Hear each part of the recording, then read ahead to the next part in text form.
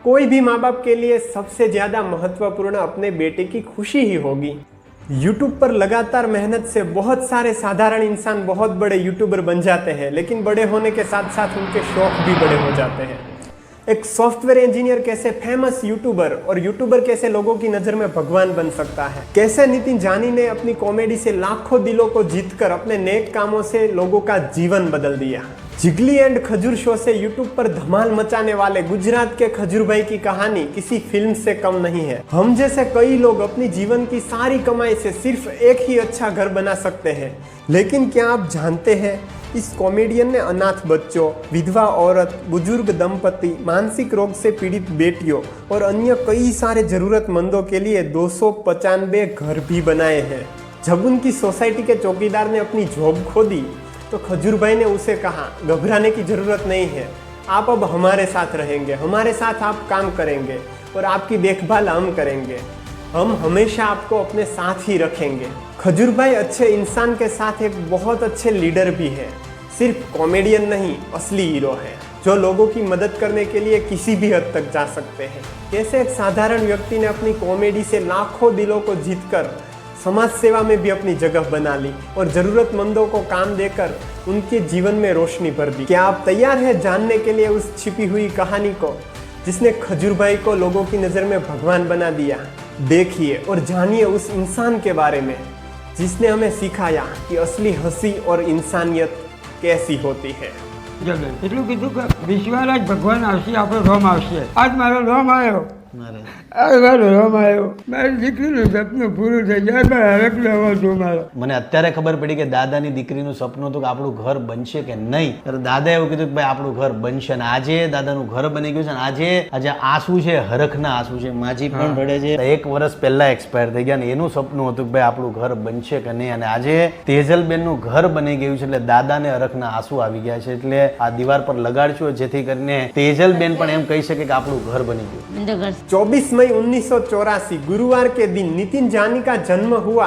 तब उनके माँ बाप ने ऐसा बिल्कुल भी नहीं सोचा होगा कि 40 साल बाद उसका बेटा अपनी अच्छी नीयत और लगातार मेहनत से गुजरात और पूरे भारत में अपनी अलग पहचान बनाएगा। नितिन जानी और उसके छोटे भाई तरुण जानी बचपन से ही बहुत ज्यादा खुश मिजाज और शरारती थे। बारडोली से दोनों भाइयों ने अपनी सॉफ्टवेयर इंजीनियरिंग कंप्लीट की। नितिन जानी ने उसके बाद पुणे में मास्टर्स किया, फिर MCA, MBA, LLB और PGDMM यानी post graduate diploma in marketing management की पढ़ाई पूर्ण की। फिर उसे IT कंपनी में अच्छी जॉब भी मिल गई जिसमें उसे 67,000 सैलरी प्रति मंथ मिलती थी। लेकिन नितिन जानी का दिल उसे कुछ और ही कह रहा था। वो 9 to 5 जॉब में अपना जीवन बेचना नहीं चाहते थे, वो अपनी क्रिएटिविटी और नयापन को दुनिया के समक्ष रखना चाहते थे, वो दुनिया को अपने टैलेंट से परिचित करवाना चाहते थे। ठीक उसी समय उसे एक बॉलीवुड शो से ऑफर मिली, लेकिन सैलरी थी सिर्फ 18,000। अब भला 18,000 की जॉब के लिए 67,000 की जॉब कौन छोड़ेगा? लेकिन नितिन जानी को इसमें अपॉर्चुनिटी दिखी। उसने सोचा यही टाइम है इस 9 to 5 वाली जॉब से छुटकारा पाने का और अपनी क्रिएटिविटी को बाहर लाने का। नितिन जानी के लिए हमेशा से पैसों से ज़्यादा महत्वपूर्ण सेटिस्फैक्शन था। उन्होंने अपने माँ बाप से यह बात की और समझाया कि ज़िंदगी जीने का ज़्यादा मज़ा उन्हें 18,000 वाली जॉब देगी जिसमें वो अपनी क्रिएटिविटी को बाहर ला सकेंगे। कोई भी माँ बाप के लिए सबसे ज़्यादा महत्वपूर्ण अपने बेटे की खुशी ही होगी। उसने कहा कोई बात नहीं, जिसमें तुझे खुशी मिले वही काम तू कर, हम यही चाहते हैं कि तू खुश रहे। माँ बाप का सपोर्ट देखकर नितिन जानी खुश हो गए।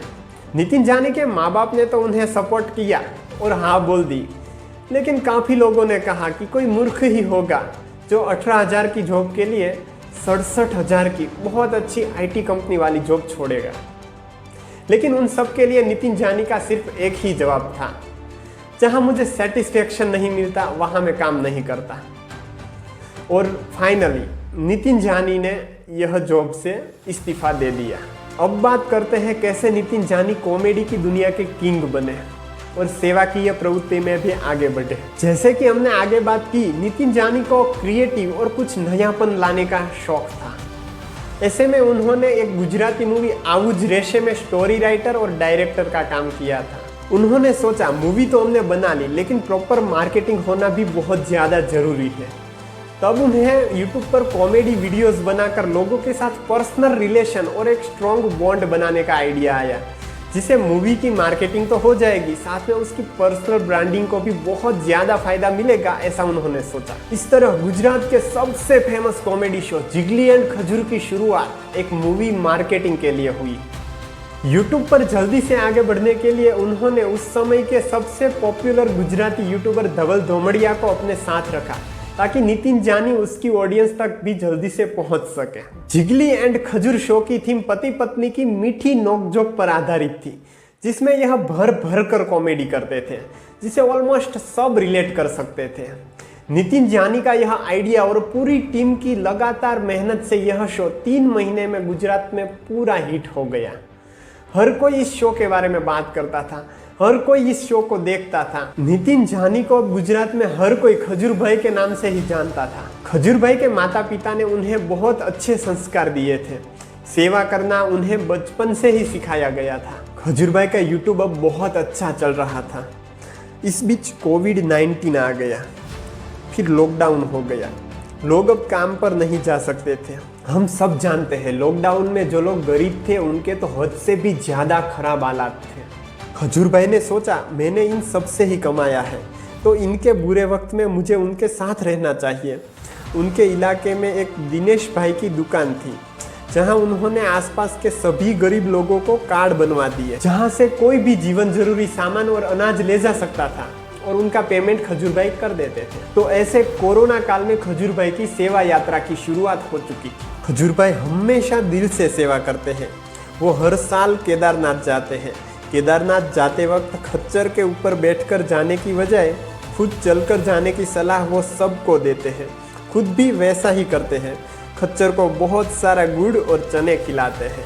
खजूर भाई रोड एक्सीडेंट में इजाग्रस्त प्राणी की भी सेवा करते हैं, और अगर एक्सीडेंट में कुत्ता बिल्ली मर गया हो तो उसे भी साइड में रखते हैं। कई सारे प्राणियों का अग्नि संस्कार भी किया है।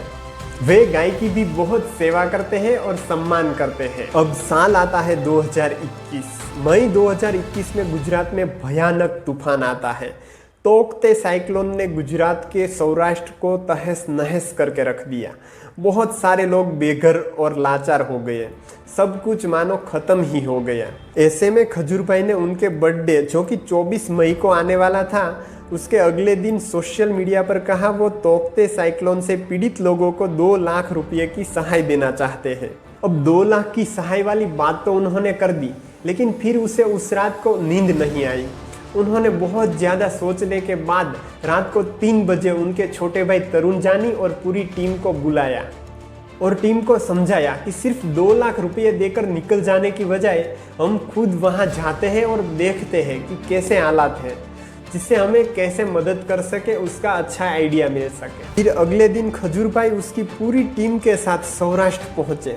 यहाँ की स्थिति देखकर सब दंग रह गए। यहाँ से खजूर भाई जिस सेवा के लिए सबसे ज्यादा प्रसिद्ध है, वह घर बना देने की सेवा यात्रा की शुरुआत हुई। वह YouTube की पूरी कमाई का 95% से भी ज्यादा हिस्सा लोगों की सेवा और घर बनाने के लिए सेवा में इस्तेमाल करने लगे। उन्होंने एक के बाद एक ऐसे कुल 295 यानी ऑलमोस्ट 300 घर बनाए हैं। और सिर्फ कहने के लिए घर नहीं, एक अच्छे घर में जो जो होता है वो सब कुछ, लाइट, पंखा, टीवी, फ्रिज, गैस का चूल्हा और साल भर का राशन तक तैयार देने लगे। 17 दिनों की मेहनत के बाद आशाबेन का घर और हनुमान जी का मंदिर दोनों बन चुके हैं। अब आशाबेन को चूहों से डरने की जरूरत नहीं है, क्योंकि उनका नया घर बन चुका है।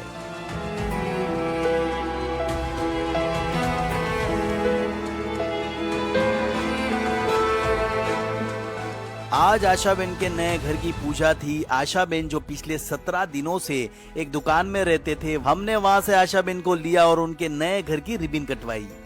उनको मैंने उनके हाइड्रोलिक बेड पे सुलाया और घर की सारी चीजें एक एक करके बताई।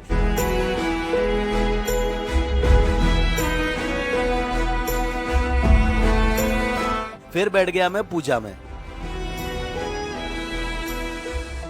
हनुमान जी की पूजा करके मीडिया से बात करके निकल पड़ा मैं नया घर बनाने की ओर।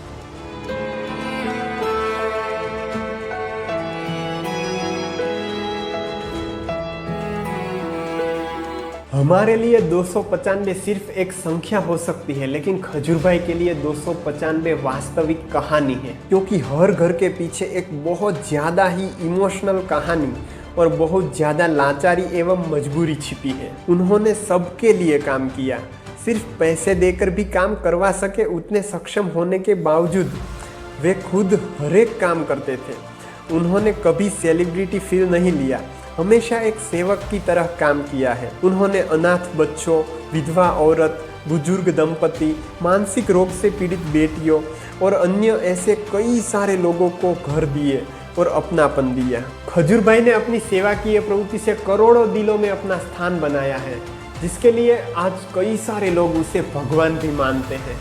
खजूर भाई ने गुजरात और इंसानियत के लिए जो कुछ भी किया, उस सब के लिए खजूर भाई का दिल से आभार।